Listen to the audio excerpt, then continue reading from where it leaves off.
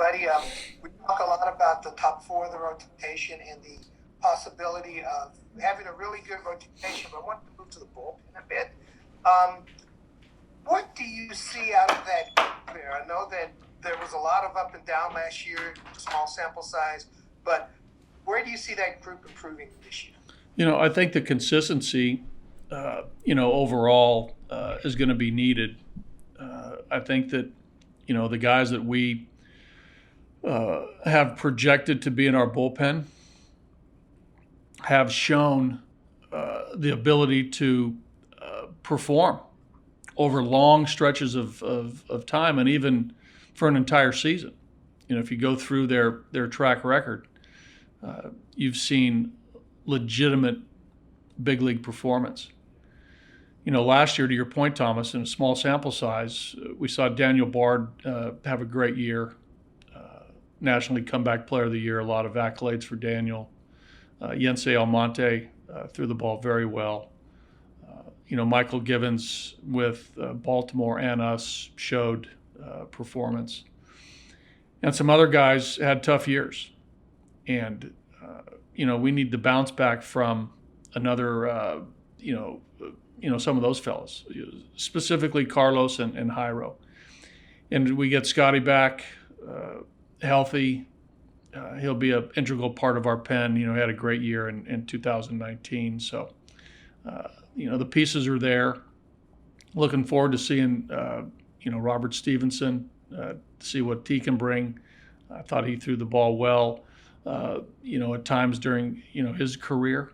Some good numbers there. So there's stuff out there. I mean, every team has big arms, big stuff. It's a matter of, again, performance, making pitches. We talk about that all the time. It's, easier said than done, but I think the talent level's there to have a really, really good bullpen.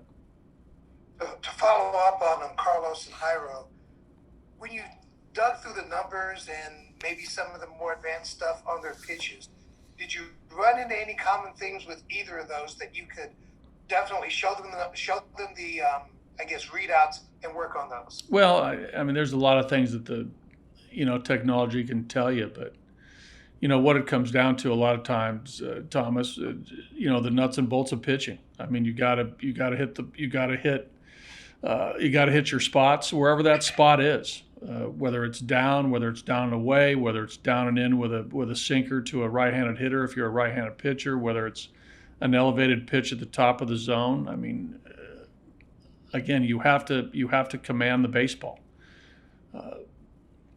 to have success. And those guys in particular, or any pitcher who scuffles, it's a matter of location, and a lot of times it's a matter of being in the right counts to be able to throw certain pitches in certain spots and take advantage of hitters' tendencies. So there's more to it than just the technology. If you're referring to that, it all blends together as far as what you need to do to perform, but pitching comes down to, for me, location. And for them, they've done it before. I mean, does that make it a little bit easier to show, hey, you've done this? Well, it gives you reason to believe it can happen again. And that's the end all expectation. And, the players will say that first and foremost about themselves. They have a conviction in their belief and their ability to be big league pitchers. And when you have success, you feel as though you can do it again. And that's the mindset that I'm, hearing from these guys, even though it's relatively early and we just got together within the last couple of days. But, the guys who pitched well last year want to, continue that momentum. And the guys who had rough years want to bounce back and prove that they're reliable big league pitchers. Thank you. Go to Patrick Saunders, Denver Post. Patrick, go ahead. Morning, buddy. Morning, Patrick. We just spoke to the ever feisty Kyle Freeland, Great. And he was asked the question about many folks not giving the Rockies much of a chance. And he said he likes that. He likes going out there with the chip on his shoulder. So two-part question for you. One, do you share that sentiment? And two, how heartened are you to see a guy like Kyle come right out and say, hey, bring it on? Yeah, I think it's great. And Thomas, Patrick, it's been that way every year since I've been here. Nobody's given us a chance in the 4 years that we've been together here since 2017. So I think it's great, and Kyle is out front, vocally in that, and I think it's awesome. He's a great competitor. He has great pride,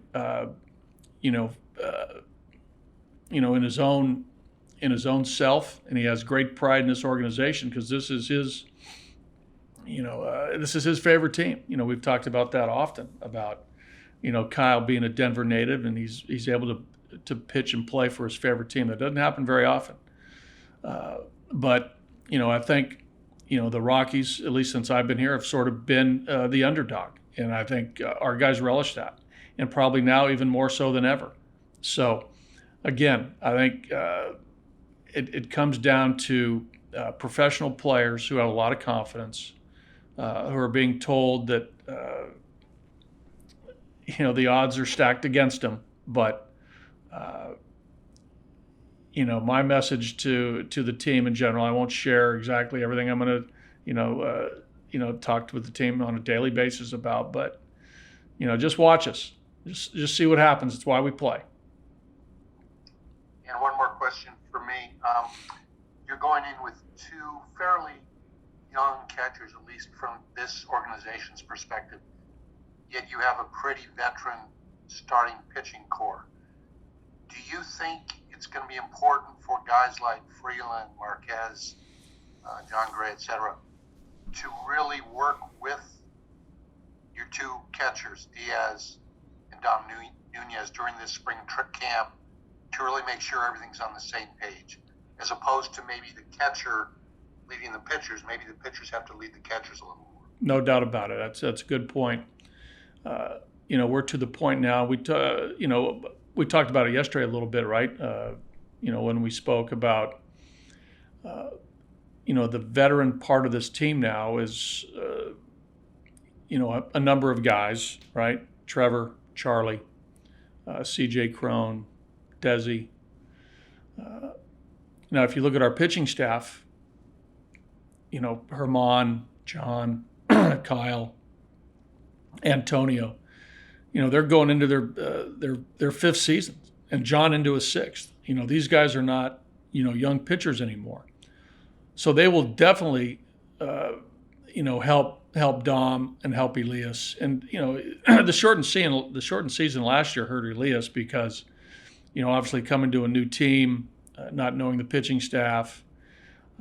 We had Tony, we had Drew, and we got off to that hot start last year with basically Tony and Drew catching. We sort of rode that out until the last few weeks of the season, and Elias popped in there. But I like the fact that Dom's been with these guys for 4 years in big league camp. He's touched the big leagues, so he knows these guys through time in camp and through a lot of these guys through the minor leagues. Elias, a little bit different story. Rabago, Briseño, those guys are great catchers in regard to the pitcher-catcher relationship. And we'll talk about that. And, that's something that we stress, each and every year and each and every day when it comes to the pitcher-catcher relationship, because you guys have heard me talk about how important that is. But these guys are on board with that, meaning both the pitching staff, the veteran pitchers, both in the rotation and in the bullpen, and the catchers understand the importance of that. So even though they might not have a lot of reps between the pitcher and these potential catchers, we should be up to speed.